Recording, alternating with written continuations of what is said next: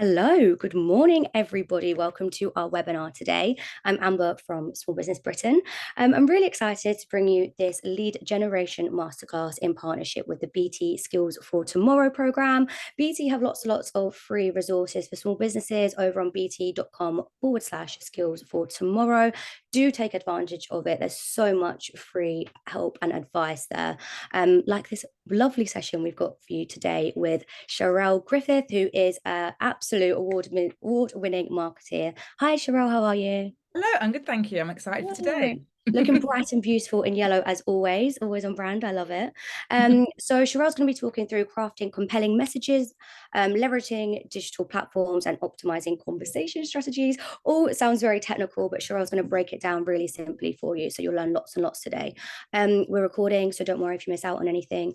We will send it to you. Please get involved in the chat. Say hello. Let us know your business. If you've got any questions as we go, please put it into the Q&A section. Cheryl, I'm going to hand over to you.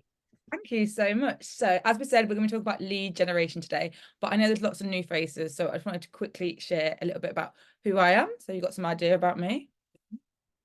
My slides don't want to move. On a second. Here we go. So my name is Charelle Griffith. I'm a marketing strategist and an online business mentor.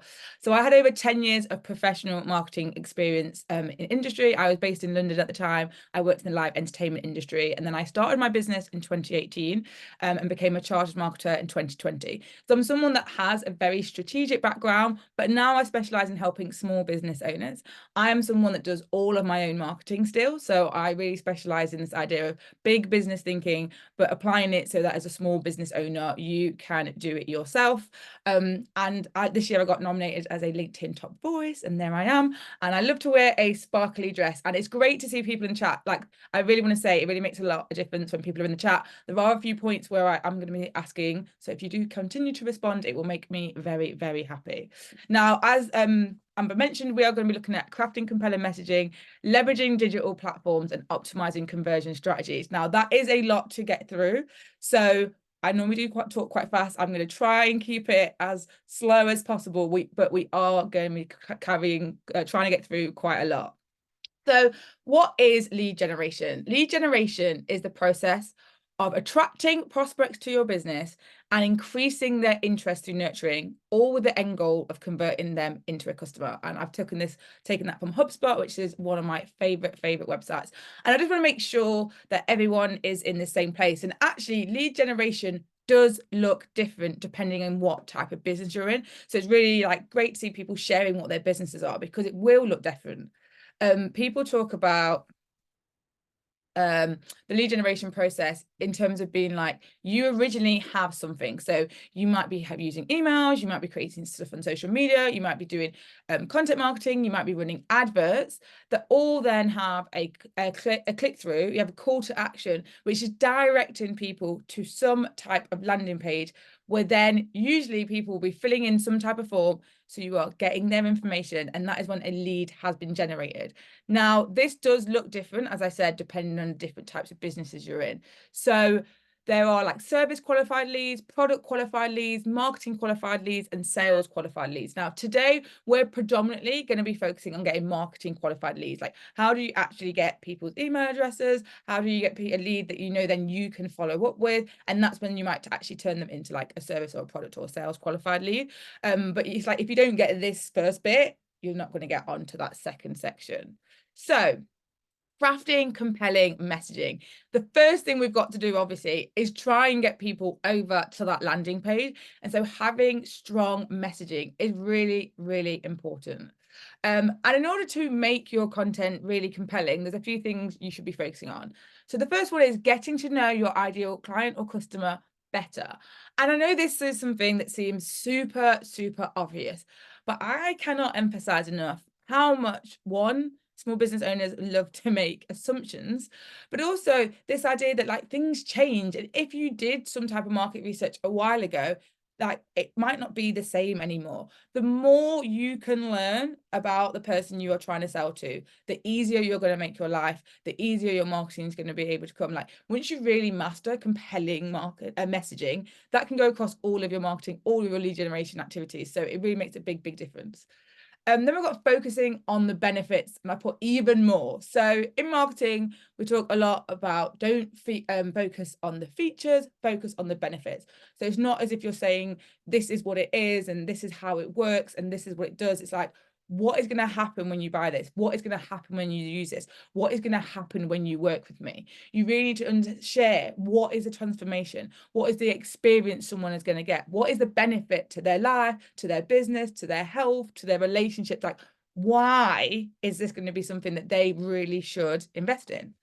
You need to be speaking their language. And this is where I talked about really getting to know your ideal client or customer better is really powerful. And I do talk about this a little bit further about some of the things you can be doing to really speak their language. But again, you can actually sort of have the right idea about your content, but if your messaging, if your language is just a little bit off, it makes a huge difference to how people resonate and how they connect. And I would also like to talk about creating for all 4 buyer types, and this is really going to take like your lead generation to the next level, because most of us all have a default buyer type. There's 4 different ones. We've got analytical, we've got driver or assertive, amiable and expressive.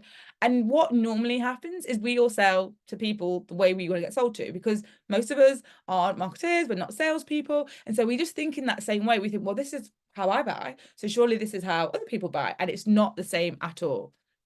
So how do you get to know your ideal client or customer important? Now, in an ideal world, you would have an ICA, which is an ideal client avatar or an ideal customer avatar, depending on what type of business you've got. And usually, historically, that would focus on demographics. So we would have done things like how old are they, what is their gender, maybe where do they live, how much money do they earn, things like that really enable you to just categorize someone. And this is really useful, for example, when you are doing any type of advertising. It also really helps you if you are deciding to like do collaborationships or do joint ventures and do partnerships and run ads. Like, you know, okay, well, do they have this type of audience? So it makes sense for us to be working together. So there are legit reasons for knowing those demographics, but really you want to start moving into the psychographics, because that will help you to have a more rounded picture. And particularly when we talk about messaging, that when you know your ideal clients from a psychographic perspective, you get to know them that little bit deeper, and you can have messaging that talks to the right type of person, but it's not that they're the right type of person because of like they're this many old and they live in this part of the country, but it's actually to do like with their philosophy and their identity and their beliefs and their values. So some of the things like, what are their current pain points? What are they struggling with? I know pain points is one of those things that some people love it, some people hate it, some people feel like it's not very ethical. Whether you just how much you decide to lean in and how much you decide to agitate, which is, I know, a word a lot of people have a lot of feelings about, that is your choice. However, you should still know what the current pain points are.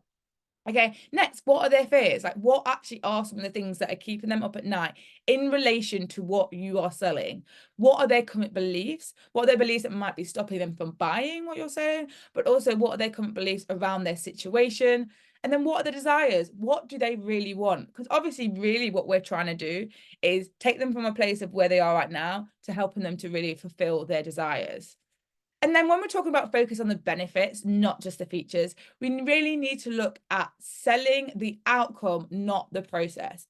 So as you know, I'm a service-based business owner. I have services where I could say like, this is what's going to happen this week. This is what's going to happen next week. This is what but that is the process rather than being like, where are you going to be at the end of us working together? So what is the outcome? What is the transformation and the experience that you are going to be giving people? Now, does everyone feel as if they are really clear on being able to explain what the outcome is, what the actual benefit is, rather than the features? If everyone can just let me know, that'd be great.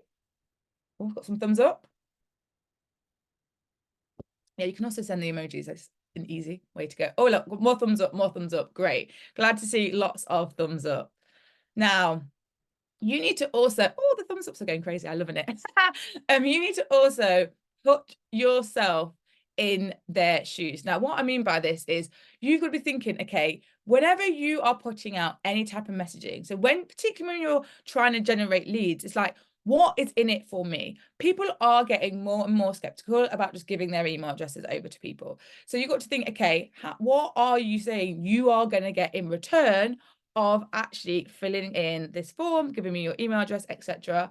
And then obviously we want to be using that lead generation ultimately to sell. So you want to be also making people think, why should they buy from you?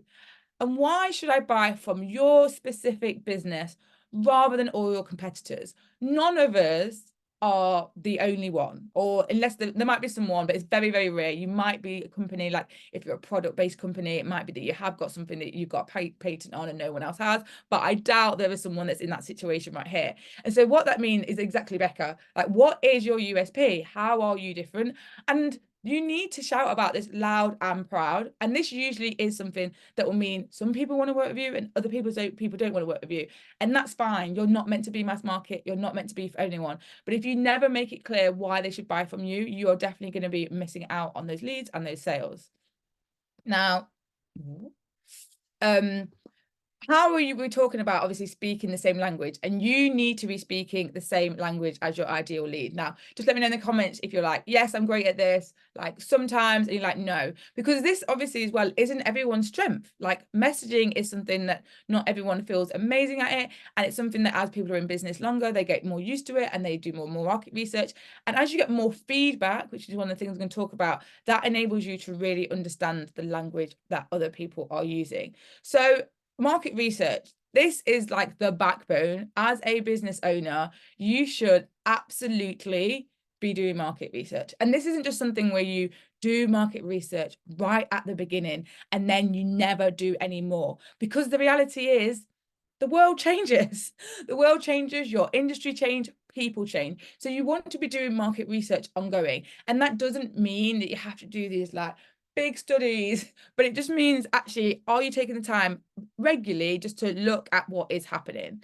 Social media can be a great place to find out how people speak. Actually paying attention to how people respond. If you're creating social media posts and people responded, like, what are the words they are actually using? How are they describing the situation they're in, what they're trying to achieve?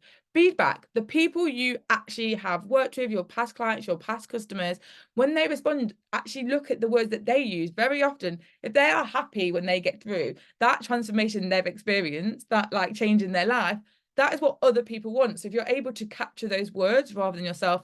And then reviews. Now, depending on what you're selling, there's different places to look for this. Like, it could be anything from like what people put in Trustpilot to what people put on. So I work with a lot of like accountants, so they use Vouch as like a big thing for us. What some people's Google, what some people, if there's any books that are relevant to what you sell, like looking at the Amazon reviews, looking at the 1-star reviews where people are really annoyed, can give you a whole lot of a great source of information. The 1s and the 5s, the people that are absolutely crazy and they're like, okay, I've nailed this on the head. And the ones where people are like, this is a complete mess. This isn't what I wanted. I am not happy. It helps you to understand, okay, how do I speak to the right people and make sure people are happy? And the key is being specific. So the more specific you are with the messaging, the more likely you're going to make it that people think it's perfect for them, and for them, not just the whole world. And we are moving into a world where people are wanting to be more individualization, more personalization. And as small businesses, we don't necessarily have the ability to do the level of sophistication some of the big businesses do to be really personalized with what we create. So therefore, you just actually have to be more specific. So even though you aren't making something that's very personalized, it still can feel that way. So an example of a vague one would be, look, are you fed up with poor views on TikTok? I spend too much time on TikTok, so I always see this hook all the time. So it's like, people just like, are you fed up with poor views on TikTok? Now that could be for someone who's a content creator. It could be someone who's a business. It could be someone that's just making things for fun. Poor views is really, really subjective. Whereas specific would be posting daily on TikTok, but still find yourself stuck in the 200, 300 view jail. Now, if you are someone that is posting daily and are stuck in that, you're going to be like, this is made for me. And now you're going to see that as something that's worth buying and worth following up with. So, as I mentioned, creating for the different buyer type, again, is another way to really take your messaging to the next level, because the way we say things speaks to different buyers. So the assertive driver is the person that is a fast action taker. They're very rational, but they will literally, they're like, this is going to solve my problem. I want it, and I want it now. And they will make a decision very, very quickly if you can speak to that. The expressive are also people that will take action very fast. However, they are people that are connected to the emotions. They want to understand how they are going to feel. They want to know from a feeling perspective, whereas that's not necessarily as important to the assertive and the drivers. Then we've got the analytical. These people are logical, they are rational, they are methodical, they will read the sales page. This is me. These are the people that do actually want to know all the bits, all the steps, everything that's involved. What is the guarantee? What is the return? And so this means, oh, sorry, Andy, I'm told to slow down. I'll try and slow down. This means that you need to make sure that you are providing all of that information that they may need. And that doesn't mean it has to be all in like every single social media post or every single email, but that it might be just that it's on your landing page. And this is where landing pages can be designed to actually suit people, to actually suit the different types, because you can have things like, for assertive drivers, you can be like, already know you want to buy, and you have a very quick button at the top, which means they can just click. You can have testimonials that will share more about the feelings. You can have an FAQ section that allows the analytical people to get the information that they want. And then amiable, this is the people who want to buy from businesses like them. They are the people that are looking for a connection. And so this is where you actually sharing as a business is really important. This is where, if you are just your own business, and it's like, are you sharing about yourself? Are you sharing your own story? Are you doing behind the scenes? Because they will buy purely from a place of what is their connection. Do they feel this is the type of business they want to spend with, rather than the other things? So this is something like, it'd be really interesting to know, what type of buyer do you think you are right now? Because normally, as I said, the type of buyer you are, therefore, is the default of what you are going to be doing. And Anne-Marie said, I think a talk on all the 4 buyer types as a deep dive would be great. And you're right. The sales psychology of buyer types is like absolutely fascinating. I really love doing all this stuff. And as I said, I could do the whole section on this, but unfortunately, we're trying to get through a lot. So it's nice to see people coming through. We actually seem to have quite a mix, and that in its own right is really interesting for you as a business owner. Just as that reminder, not everyone buys in exactly the same way as you. Now, leveraging different digital platforms.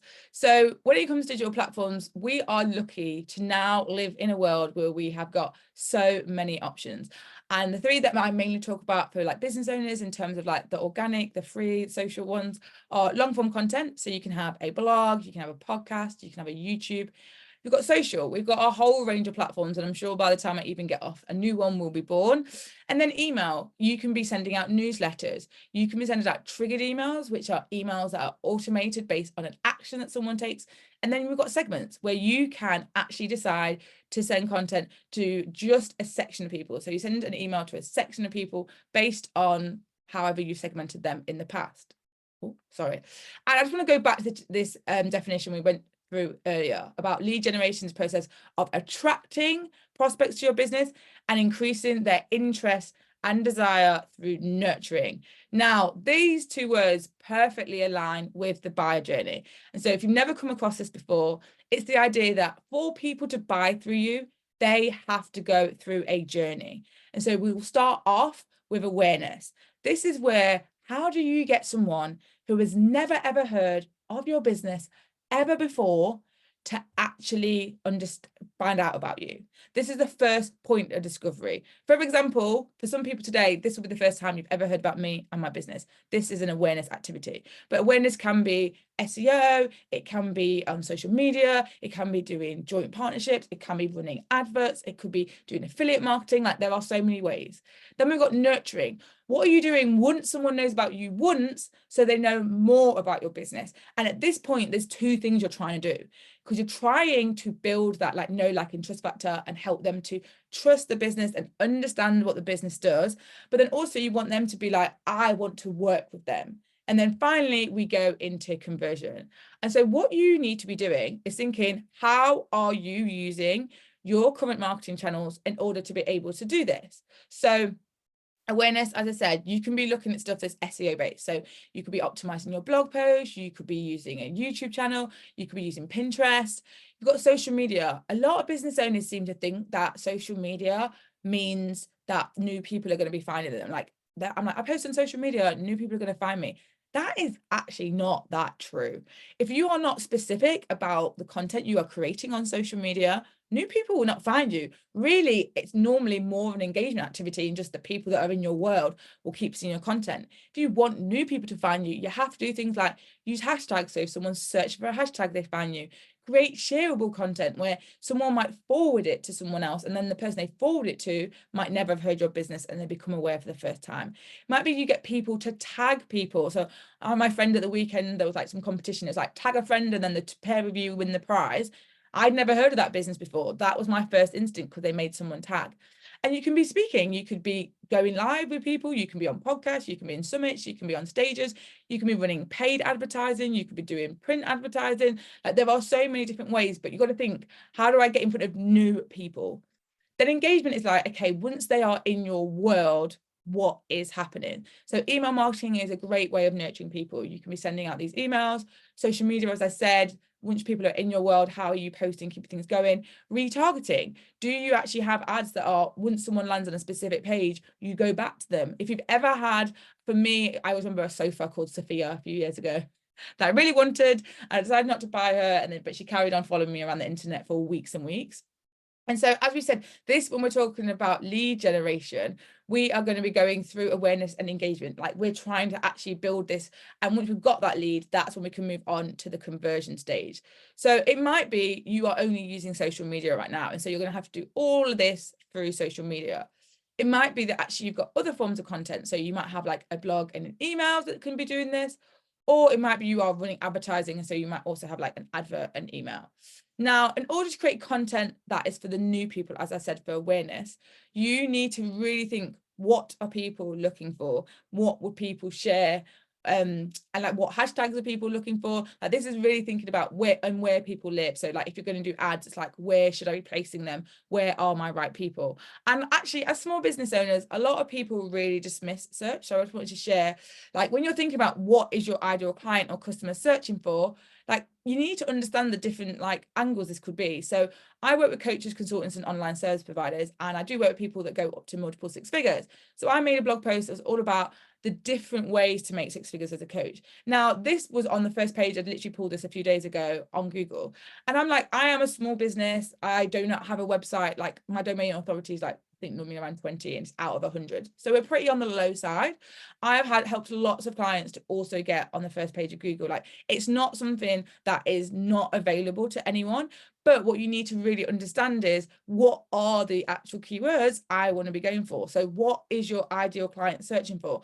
And once you do this work, it enables you to do it in multiple places as well. Like, that's a really important thing to do, is actually have an idea, okay, all of the things that they're searching for that are related to what I sell. This will help you across all of your marketing.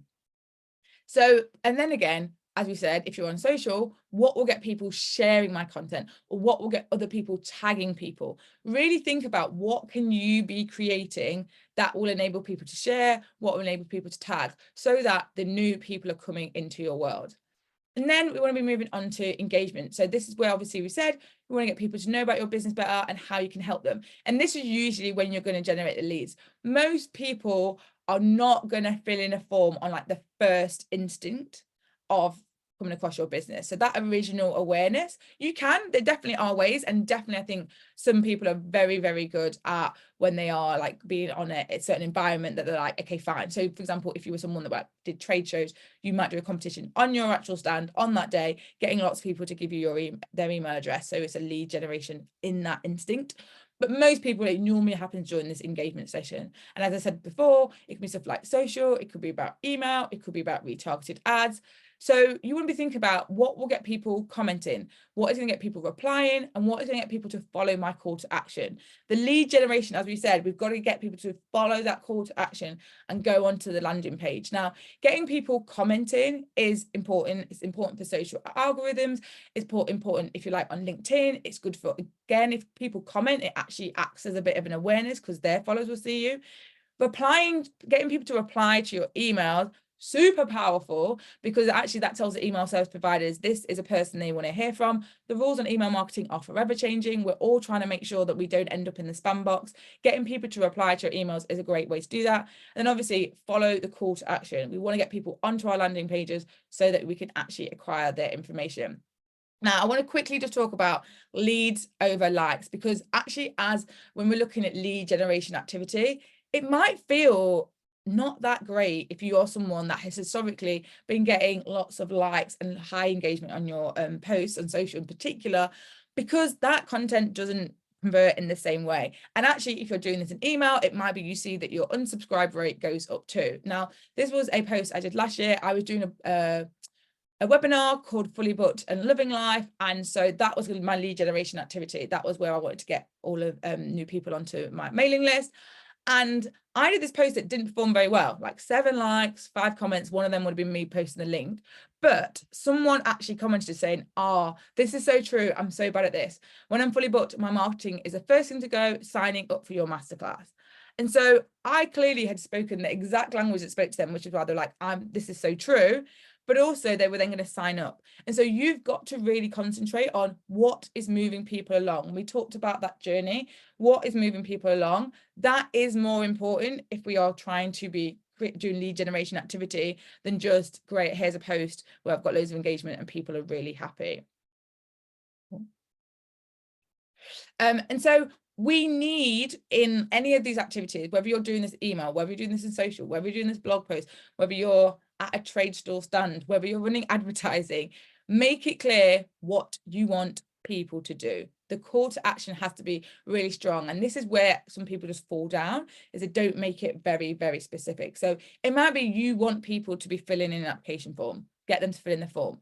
You might want them to actually be DMing you. You might want them to download something. You might want them to sign up for something. You might want them to register for something. You might want them to enter. Like, make it super, super clear what they are meant to be doing. People are really busy. They see so much marketing every day. They see so much content. They see so much advertising. They're literally like bombarded and probably doing 3 things at the time.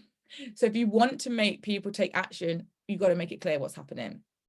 And if you really want to capture leads, you need to be thinking about, what are the incentives? So what is someone getting in return for giving you their email address? Now, there are a whole range of things. So we've got things like white papers and reports and ebooks and guides. There are a whole range of like written documents you can be creating that you can be giving people in return. Then we've got things like assessments and quizzes. Assessments and quizzes are great. They have definitely been on the rise over the last few years of people using them. And increasingly, I'm seeing more and more small business owners. The tech has definitely become a lot more affordable and a lot easier to set up, which means you can get this. And an assessment or a quiz is really powerful, not just for capturing leads, but actually as a business owner for what you can do afterwards with that data. And I'm going to talk in my example about how I actually signed up for something that was a quiz and how that has become really, really helpful. Then discounts, vouchers, and coupons. So this is particularly a very popular way of capturing leads in the product market, in the e-commerce world. So you have people being like, sign up, get 10% off your first order. Here's a voucher for right now. There's coupons at this time of year, all that type of stuff. So that's another thing you can be doing. Free trials or sample. It might be you get people that you get them to sign up and they'll get a sample or free trial. Webinars and workshops. It could be that you do something like this. Obviously, I don't get this data for this one, but you could do one for your own business. And then actually all the people that sign up, you have them as a new lead generation activity. Contest and giveaway. This could be you by yourself, or you can be partnering with another business to actually do, and I see lots of these bundles where people are like, multiple people have come together, and you can do this based if you're in the online space and if you're in a physical space. I've seen some really beautiful ones where it would be like, my background was in theatre, and it would be like me as a theatre group would also partner with a hotel, for example, and be like, come, you can come to the show and you can stay overnight, or you could come to the theatre and you can have dinner. There are loads of ways that you could actually find someone else next door that would be a really good connection. And then last but not least, priority access. You can get people on wait lists, and wait lists are, again, is something I've really seen like the trend going up and up. The reason why this is really good for capturing leads is not only are like people like, I want the priority access, I want to be able to get in there first, but also it's a really good way for you as a business to sort of be judging, like using it as like a minimal viable product. Like, is there interest? Is there demand? So someone's asked, what is a wait list? So a wait list is where you would just have a form that says like, we are going to be bringing this out soon, or we're thinking about bringing this out. Would you be interested? Do you want to be the first people to find out? And so what will happen is your duty is that by those people signing up, they are the first people. So a really example of, I did one last year, was someone who I knew was saying they were going to be running an event in London. They clearly hadn't booked the event, because when I actually signed up in the wait list, like, there was no mention, it just had the date and just said like Central London. Then what happened is I signed up to say I wanted priority access, because the people within the first day of the tickets going on sale, one would get first access, and this was an event where it was only going to be like 150 people, so I wanted to try and get in, but also it meant I was going to get a discount. So I signed up for that. I know a lot of other people did. What that then meant was the business owner was able to see, wow, I've got enough demand that, one, I know I can go ahead with this and it's going to be okay, but also she probably could have used that to work out what size of venue to go to, because if she'd only got 50 people on the wait list, she might be like, okay, fine, I'll go for something small. But if she got like 500, she'd be like, okay, I probably can like fill a 200, 300 seat venue. So they can be really powerful for business owners to be able to understand actually like how much demand there is. And as we all know, business is just a balance of supply and demand.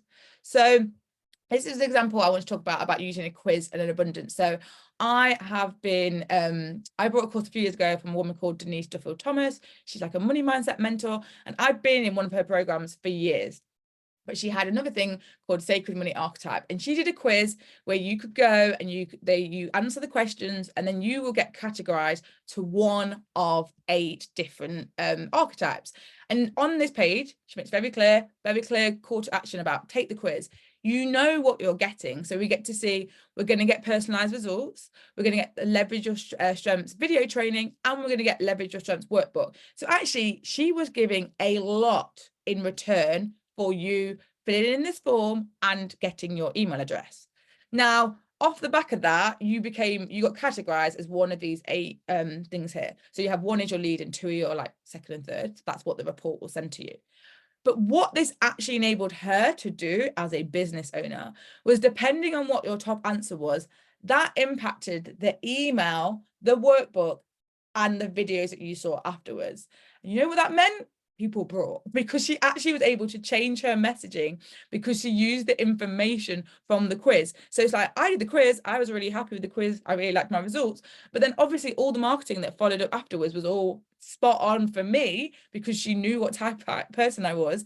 So then that meant that it converted and I brought. So it's a really good example of, if you're using assessments and quizzes, that it can enable, it's exciting for people on the front end to be able to enter, and they love it and they love getting that stuff, but it makes it really powerful for your marketing. And this is something that doesn't mean it has to only be as well the time you use it. Like, if you're gathering this data, you can use this for like other campaigns in the future. Like, it actually can enable you to segment your email list in a very, very powerful way. Now, last but not least, we're going to quickly talk through optimizing conversion strategies. Now, there are a few ways that you can be doing this. So we've got the landing page, we've got the form itself, we've got the incentive, and then just doing A/B testing in order to be continually optimizing. So on your landing page, you want to be thinking, like, what is your headline? What is the thing that you are making super clear to people? The headline, switching that out, again, it could just make a difference to how different people respond to it. The visuals, people respond differently to different things. You can be looking at the design, your copy, your call to action buttons, and then adding in some social proof. As you've got people going through, you can be adding in the people sharing like what happened off the back. This is particularly important if you do workshops and webinars, if you do like ebooks and guides, if you're doing quizzes and assessments, all those things. If you're able to sell it in a way that's like, this is great information that people would be willing to pay for, but they've got it for free, you are going to make it that more and more people are going to sign up. Optimizing your form. So there are so many pieces of technology you can be using nowadays. Now, realistically, the less fields you have, the more your completion rate is going to be. And so there is a balance between you getting enough information versus you getting people to go the whole way through the field. Then we've got creating multi-step forms. So actually, sometimes you'll have seen this, like if anyone's ever had to do like a type form, where literally type forms like you'll do one sentence and then you'll see the next one and then you'll see the next one, versus actually some other forms like you can see all of the questions in one go. Now, creating multi-step forms means people aren't like, oh my gosh, they're going to ask me 10 questions. I don't want to go the whole way through this. So you might try, if you've got the right software to do it, like, do I do it all in one go? Do I do it in multi-steps? And you look to see which one your completion rate is better. You can include a progress bar. People are getting smart to the idea that multi-step forms means they've got more to do, but showing a progress bar can make people think, oh, actually, it's not that much further. I can keep on going. And you can test whether you do insert name and email at the beginning, or do you do it at the end? So when you do make people do insert name and email at the beginning, it means if they don't even fill anything else out in, you've got that lead, it's yours. Whereas some people prefer to be like, actually, let me ask them some easy questions, let me get some information, and then I want their name and email. Again, doing it, they have an impact on your completion rate and your conversion rates, but you need to decide as a business what makes most sense to you. Then optimizing the incentive, you can just change the name. I have done this in my business. I've basically done the exact same workshop twice and I just changed the name and it did have an impact on the number of people that signed up. You can use a different format. So maybe you have got something that is in a written format right now and you're like, actually, could I make this into a video? Could I just try something different? Increase the incentive. So if you've been given a discount, maybe you're like, actually, let me try something bigger. As I said, maybe you want to do a giveaway. You've just been doing it by yourself. Do you work with other businesses so it's a bigger giveaway and all of you are promoting it? Adding, as I said, adding social proof, again, really make this sound like something that people could be paying for, but they are getting for free. And yes, sell that incentive like you were charging for it. When you commit to selling your lead generation tool in the same way as you would something you sell, you will see such a difference. Then A/B testing. So this is where you run controlled experiments and then compare them. Some of the very easy common things you can do, email subject line. So in a lot of people's software, you will literally have the option where you can do A/B testing. And so what will happen is your email will go out and you can just change the subject line and 50% of people get one and 50% of people get other. And if you are able to try a few things, so it might be like, for example, you could test, does using emojis make a difference? And for 3 emails in a row, adding emoji, see if that makes a difference. You could try like doing really short ones. You can do like statements, you can do questions, but try a few different things and see like for your actual audience, what is working best. As I said, the same as like on the pages, you can look at your headlines, your visuals, and your call to action buttons. Now, when we're looking at like analysis, some of the things you'll be looking through are your click-through rates. So if you're using emails to drive it, you'll be able to see your click-through rate. If you're doing adverts, you'll be able to see your click-through rate.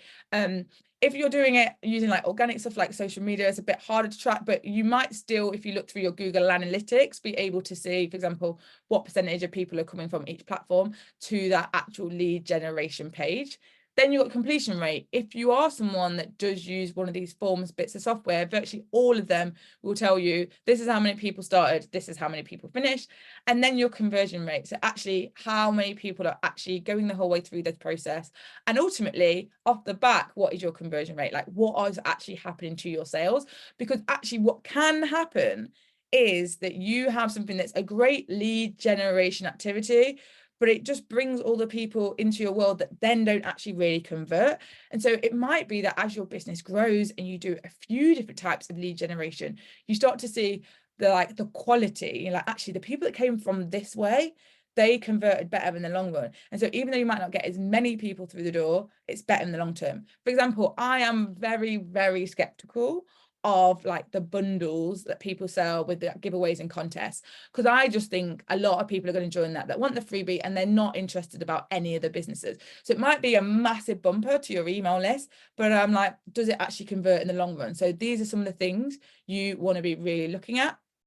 And you need to be looking. You need to work out, okay, what for your business is the right frequency to be monitoring? So is this something that you are going to look at on a monthly basis? Or if you're going to be doing some very specific A/B trials, it might be that you are testing like 1 week you do this, the next week you do another. And so you're like, actually, I need to check this every week. But actually decide how often am I going to be monitoring and put that in your diary. So to recap, The key to compelling content is speaking the language and ensuring you understand what's in it for them. You really need to make sure that you are speaking the same language as them and it's really clear what's in it for them. Understanding the difference between creating content for awareness, nurturing, and conversion. So awareness is, what are you doing to get new people into your world right now? And then nurturing is like, what are you doing to help them understand your business more, to want to work with you more, to understand your business, to build the know, like, and trust factor. And then conversion is, what are you doing to buy? And to be successful, you need all three types of this content, this type of marketing to be happening every single week. If you want that consistency of leads in your business and the consistency of sales, this is what you've got to get right. This is where most people naturally have a tendency to focus on one thing rather than another. And then you want to be optimizing by using A/B testing and looking at each element. So don't just like set something up and forget about it. Actually come back like periodically and be like, okay, what can I do? Like the tweaking is usually what makes the biggest difference rather than like creating something entirely new. Like you want to be optimizing, and that'll actually make your life easier rather than being like, I need to create something totally from scratch again.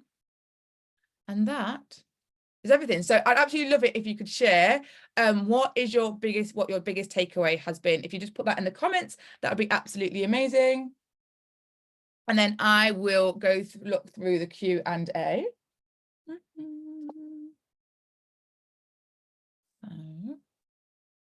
Oh, got a few people to talk about the buyer types. Nice, using form, priority access. Ooh, loving this. Yay, got lots of people excited about the buyer types. It makes me really excited. It's something that I really, really love to help business owners with. Yay, look at this. Analyzing, woohoo.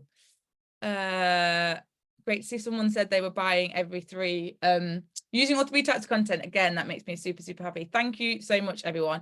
That's really, really useful. So I will go through the Q&A, but I just want to say, you can come and find me. I'm on LinkedIn, Instagram. My name's Charelle Griffith. I do have a newsletter where I send out lots of information and I do a blog post every week. So I always share that to make sure that small business owners are improving their marketing and growing their business. Now, someone had asked me to just quickly go over what are the 4 types of buyer types. So they are analytical, they are driver or assertive. It depends on who's teaching you. That's the one that seems to get like the mixed in and out the most.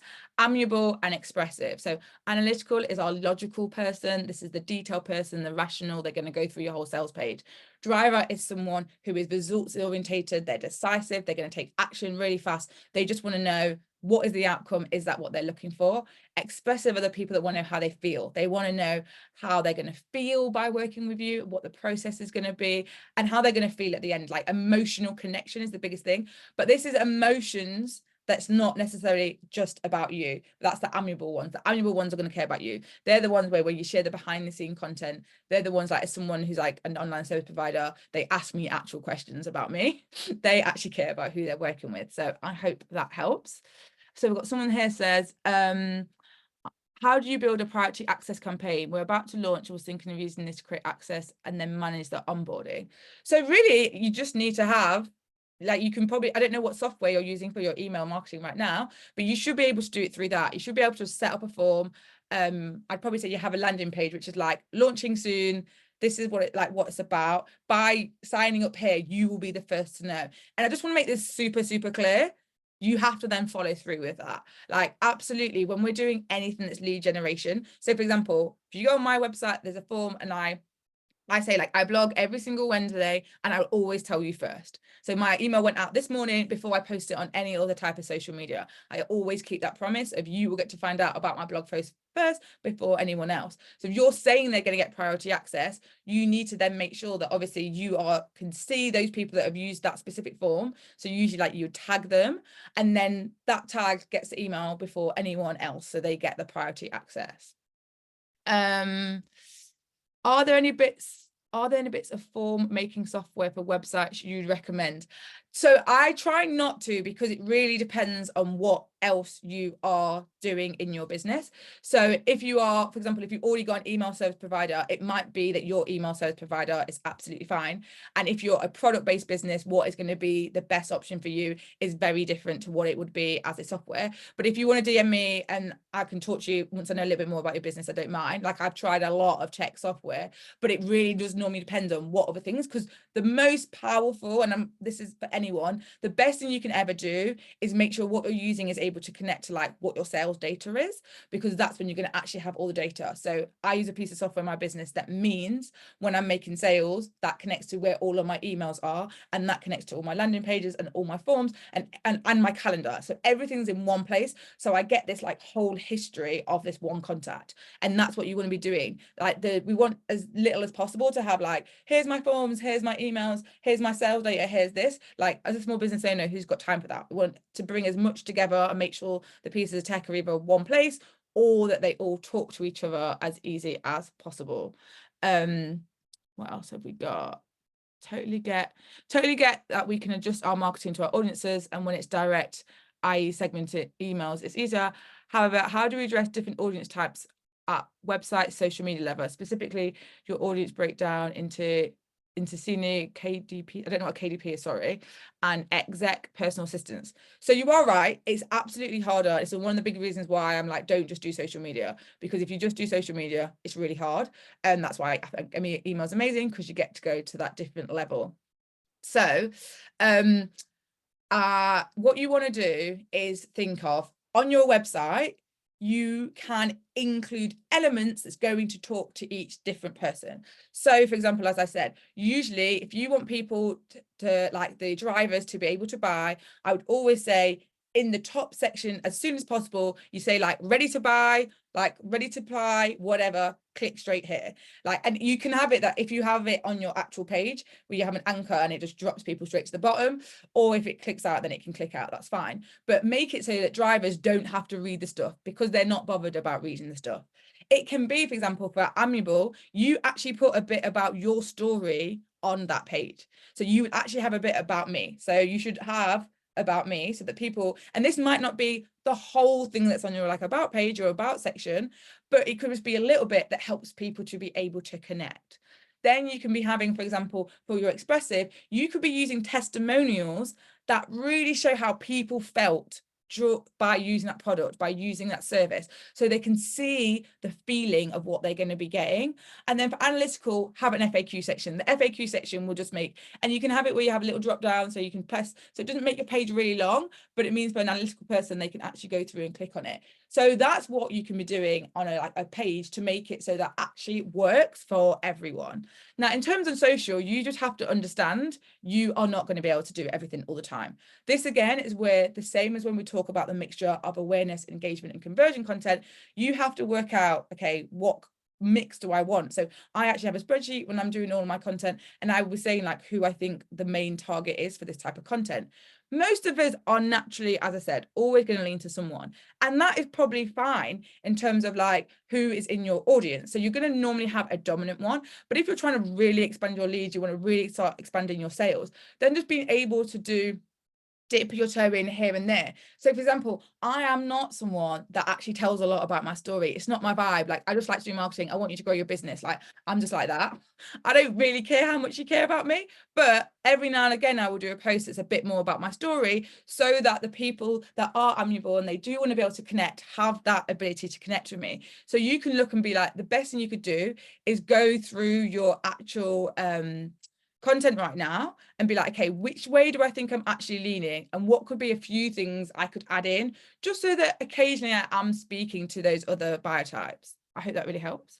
What else have we got? I struggle to find the right type of engaging content for B2B. I'm a virtual assistant. Any tips? If you've got to the point at the moment where, so engaging content, first of all, I'm like, as I said, leads versus likes. What do you actually want? Do you want to be someone that's on a social media platform that gets lots of comments, or are you actually trying to get business? that's also the honesty of it. Secondly, though, but I get it, like all of us want to have some content. I'm a LinkedIn top voice. LinkedIn is my primary social media platform, and I know that by getting my first connections to comment, it puts me in front of second connections. So there is usefulness for the business in that sense. The big thing I always say to people is like, you've got to try different things. If what you're doing isn't working right now, you've got to try other things. Like, look at your length of your posts. Are you doing really long posts? And then you're like, okay, can I try some shorter ones? Are you doing everything that is only for exactly like we're saying, like for one buyer type? Maybe then those people aren't in your audience right now. So it's like, switch it up. If you want people to answer questions with a comment, where are you putting your question? Have you got a really long caption and a question at the bottom? Switch it up, actually do a question right at the top. Like I just saw, obviously recently Instagram brought in polls. Polls have been on LinkedIn for ages. Do you use polls? Like, are you using the features on your platform? Because again, that's what platforms want you to use. So the best thing you can do is really like break out of your normal bubble, but then look to see what the commonality is. So for example, I know for my business, I normally do quite a personal post on a Sunday. It's usually my best performing post of the week, but it doesn't get me leads. But I don't mind because it's the weekend. So I'm like, that's part of my strategy, just making sure like the profiles know that I'm here and I'm alive and people like me. So you have to find your balance of being like, okay, this is going to be something that's going to be more for leads. This is going to be something for more the likes. This is going to be work it out. So I hope, Katie, have some experiments. Also, let me know where you actually are and like what platforms you're actually using. Again, Alicia, I think that probably helps you saying like, how can I get more comments on my social media? The biggest thing about comments I want to say is if you want people to comment, you've got to make it easy, and you've got to really think about they are going to know other people are going to see this. So as a Spanish food company, this probably isn't like that bad for you, but for some other people, I think actually what we're asking people to share online is probably a bit more public than some people are comfortable with. So you got to really think about, okay, what do I want? What do I like? What is people going to be able to say? I don't mind sharing that in a public space. Make things easy. Do polls, do quick questions, do yes and no's. If you're really like, I just want to get some comments going, you've got to make it as easy as possible. Who else have we got? I've been doing cold emailing for this month. I've had a few meetings with those contacted. What would be the suggestion going forward? I think for emails over proposal service package, then I would feel good. Most of the meetings where they wanted to meet and get a feel for what you can do, but I want to follow up with some suggested services. I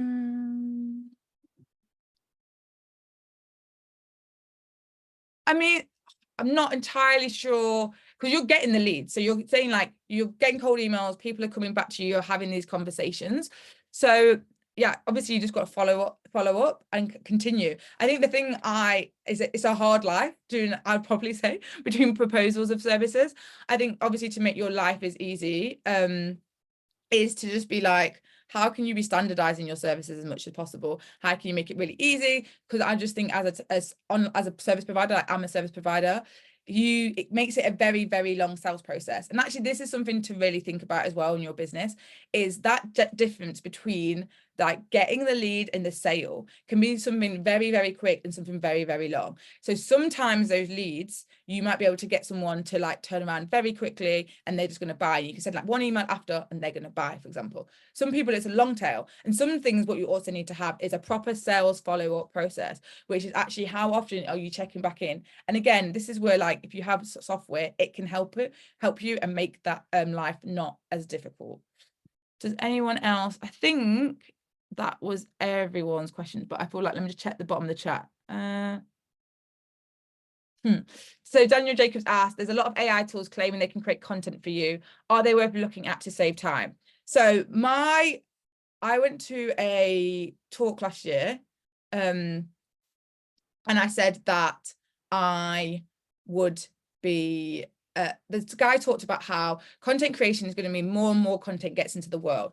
Therefore, as a whole, our content skills are going to be around who is able to select and who is able to edit best. So I am someone that definitely does, like I do use ChatGPT every now and again. Like I sit by myself in the office. Sometimes you need that sounding board. It's like my little bestie as a little sounding board to get things out. But what you need to be able to do is actually be like, okay, what are the ideas that it come with that I think are good, and then how do I write them? The other thing I would absolutely say, and this doesn't matter whether you use ChatGPT or whether you're like trying to use a VA or a social media manager or a junior marketing assistant or anything like that to do your marketing, you've got to have a really strong brand before you start looking at any of this stuff. Because actually what most of those content tools are going to push out from AI is very generic stuff.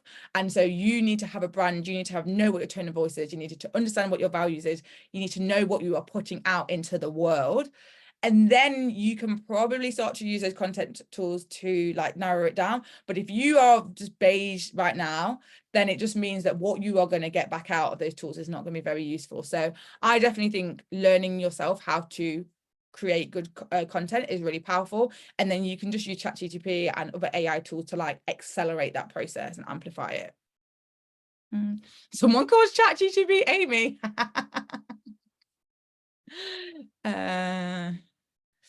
Someone's asked me again about like naming. I'm not going to say what I use because, as I said, it's not something that everyone should use. Obviously, if anyone wants to get in contact with me, my name should be on the screen. That's literally my name on LinkedIn and on social. LinkedIn on Instagram, sorry. All the social channels is the same. So if anything else comes up. But someone else asked, how would you segment people for email? So my thing around segmentation is you really got to think about what are you following up with? So if you are someone that has got a range of services, then it might be that understanding the different, like if you've got lead magnets for different things, then it could be useful. So if, for example, like in my business, I used to, for example, talk about pricing just as pricing. So like if anyone had downloaded my pricing thing, I would send them other things that was about pricing versus they came to me about content versus they came to me about business planning. So it might be that you want to be looking something to do with that. If you are in a product-based business and it's like, okay, you could be like tagging people based on what they brought in the past and then being like, because you like this, you're probably going to be also interested in X, Y, and Z. And so you can use it that way. And so actually, it really does depend on what you sell. And again, what lead generation tools you are using, because the more specific your lead generation tools are, the more then you're able to like follow up with really direct messaging and can really segment. But also actually what I'm increasingly doing with more small business owners being like, how are you using long form content to enable it to be that you can tag people? So you're not necessarily segmenting your list that often, but every now and again when you really need to, for example, when you're doing a launch, when you're bringing something new into the world, or that you can then just be like, okay, all the people that went to watch that video or went to read that blog post or went to go and listen to my podcast, these people are clearly all really interested in it, so I'm going to send it to that. And yeah, that's sort of like action based. Someone's done something, how do we follow up? Like that's the stuff that I get excited about. Someone said they managed to train ChatGPT to use their brand language, including their puns. Love it. Absolutely love it. Now we've literally got 3 minutes before, so I think we will wrap it all up. Is that okay, Amber? That is absolutely fine, Charelle. Absolutely love listening to your talks. You're always amazing. The businesses love you so, so much. Sorry if you can hear the drilling. There's some plumbers here, but thank you everyone for your questions. I thoroughly enjoyed it and learned so much. Charelle, any final words before we wrap up today? My main thing is just really, really get clear on what you want people to do. The more direct you can be, the more you can understand your buyer journey, like just the easier life's going to be. So learn who you are selling to and then make that journey super easy. Amazing. Do connect with Charelle over on Instagram and LinkedIn, I believe you said. Her DMs are open. I'm sure you're going to be very, very busy after this chat today. Don't worry, you'll receive the recording in your mailbox. And that's it from us. We've got more BT Skills for Tomorrow webinars coming up. So keep an eye on your emails as well. We'll let you know everything there. Very, very thank you for joining, and we'll see you very soon.